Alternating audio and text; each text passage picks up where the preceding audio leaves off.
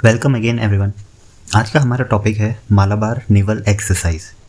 आज के हम टॉपिक में जानेंगे कि मालाबार नेवल एक्सरसाइज क्या है, क्या इसकी इम्पोर्टेंस है इंडिया के लिए, कौन कौन सी कंट्रीज़ इसके पार्ट हैं और कैसे आने वाले फ्यूचर में इंडिया और बाकी कंट्रीज़ के जो रिलेशंस हैं उनमें क्या इफेक्ट होगा इस नेवल एक्सरसाइज का, और क्या चीज़ इसको बाकी जितनी भी एक्सरसाइज है, मिलिट्री एक्सरसाइज है, उससे थोड़ा सा डिफरेंट बनाती है।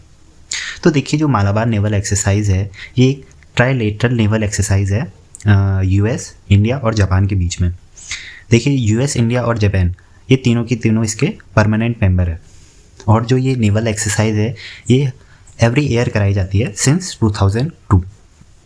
अगर हम एम की बात करें कि क्या एम है इस नेवल एक्सरसाइज का, तो देखिए, मालाबार नेवल एक्सरसाइज इसको जो इंटर ऑपरेबिलिटी है उसको बढ़ाने के लिए among the three navies as well as develop common understanding. देखिए, इसको जो ऑपरेशंस है तीनों नेवीज़ के बीच में उसको इंक्रीज़ करने के लिए, उनकी जो कॉमन अंडरस्टैंडिंग्स है लॉजिस्टिक्स को लेके, उनके इक्विपमेंट्स को लेके, और जो उनकी स्ट्रेटजी है उनको लेके जो एक्सरसाइज है उसके लिए बनाया गया है।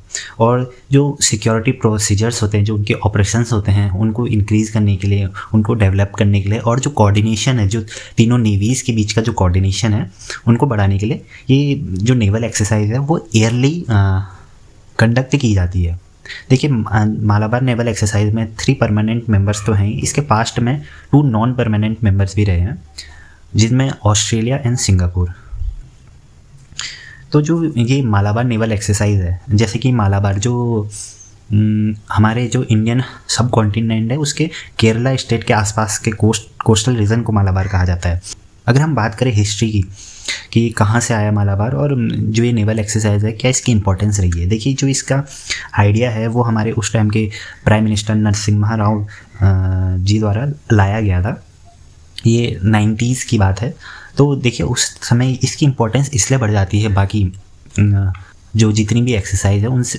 वैसे तो सभी एक्सरसाइज इंपॉर्टेंट, लेकिन जो इसका एक्स फैक्टर आता है वो देखिए, इंडिया के रिलेशन उस टाइम पे यूएस के साथ उतने क्लोज नहीं थे। यूएस पाकिस्तान का एक क्लोज एलाई था 90s के टाइम की बात करें या उसके पहले की बात करें, तो इंडिया यूएस रिलेशन उस टाइम पे इतने जो बॉन्डिंग थी उनकी इतनी स्ट्रांग नहीं थी। लेकिन हमारे पीएम नरसिम्हा राव का ये एक विजनरी प्लान था जो ये लॉन्ग टर्म पे जो इंडिया को बेनिफिट करना चाह रहा था। तो जो उस टाइम पे 90s जैसा हमें पता है, इंडिया और यूएसएसआर के, रशिया के जो रिलेशंस थे वो काफ़ी क्लोज थे, और जो उनकी मिलिट्री का जो कॉर्पोरेशन था वो काफ़ी ज़्यादा हद तक था। लेकिन जो वहीं अगर हम बात करें तो यूएस के साथ इतना नहीं था। लेकिन उस टाइम नरसिम्हा राव जी ने देख लिया था कि आने वाले समय में जिस तरीके से 90s के स्टार्टिंग में यूएसएसआर का ब्रेकडाउन हुआ, कोल्ड वॉर ख़त्म हुआ, और जो यूएस एक ओनली सुपर पावर के रूप में आया वर्ल्ड में, तो उसको देखते हुए नरसिम्हा राव जी को पता था कि आने वाले समय में जो डिपेंडेंस है, जो जियोपॉलिटिक्स है, वो काफ़ी हद तक बदलने वाली है। तो उसी को देखते हुए यूएस के साथ ये नेवल एक्सरसाइज इनिशियली स्टार्ट की गई थी, और जिससे कि दोनों के जो कॉर्पोरेशन हैं, दोनों कंट्रीज़ के जो रिलेशन हैं उनको बढ़ाया जा सके। और ये मेनली एक विजनरी आइडिया था जिसका लॉन्ग टर्म में इंडिया को काफ़ी हद तक बेनिफिट होने वाला था। तो ये 1992 में इसका जो आइडिया था वो हमारे उस टाइम के प्राइम मिनिस्टर नरसिम्हा राव जी ने दिया था, और जो फर्स्ट एक्सरसाइज हुई थी वो 1994 में कंडक्ट हुई थी।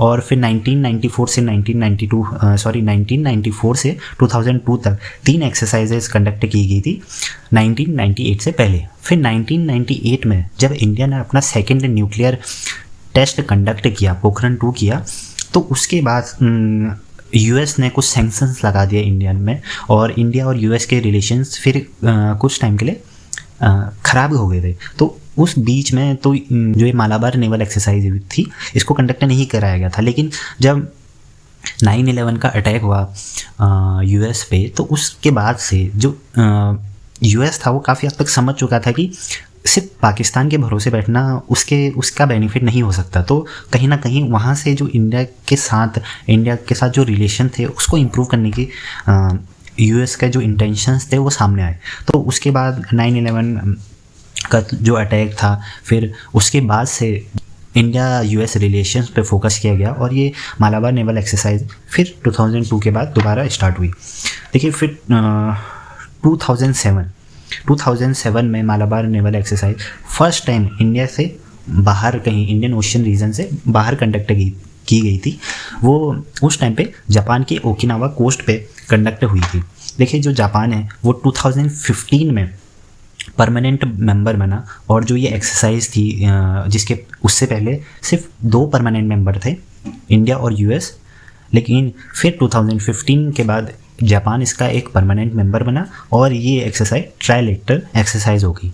देखिए अगर हम बात करें कि ये नेवल एक्सरसाइज इंडिया को किस तरीके से बेनिफिट करती है, देखिए सबसे पहले तो ये एक मिलिट्री एक्सरसाइज है जो मिलिट्री प्लानिंग में, लॉजिस्टिक्स में और जो इंडिया की ऑपरेबिलिटी है, प्रिपेयर्डनेस है, उसको इंक्रीज़ करती है। और उसी के साथ साथ जो हमारे जियोपॉलिटिकल रिलेशन है बाकी कंट्रीज़ के साथ, जैसे कि यूएस हो गया, जापान हो गया, सिंगापुर हो गया और ऑस्ट्रेलिया हो गया, तो इनके साथ हमारी जो जियोपॉलिटिकल रिलेशन है और जो स्ट्रेटेजिक रिलेशन है उसको बढ़ाता है, मिलिट्री कॉर्पोरेशन को बढ़ाता है।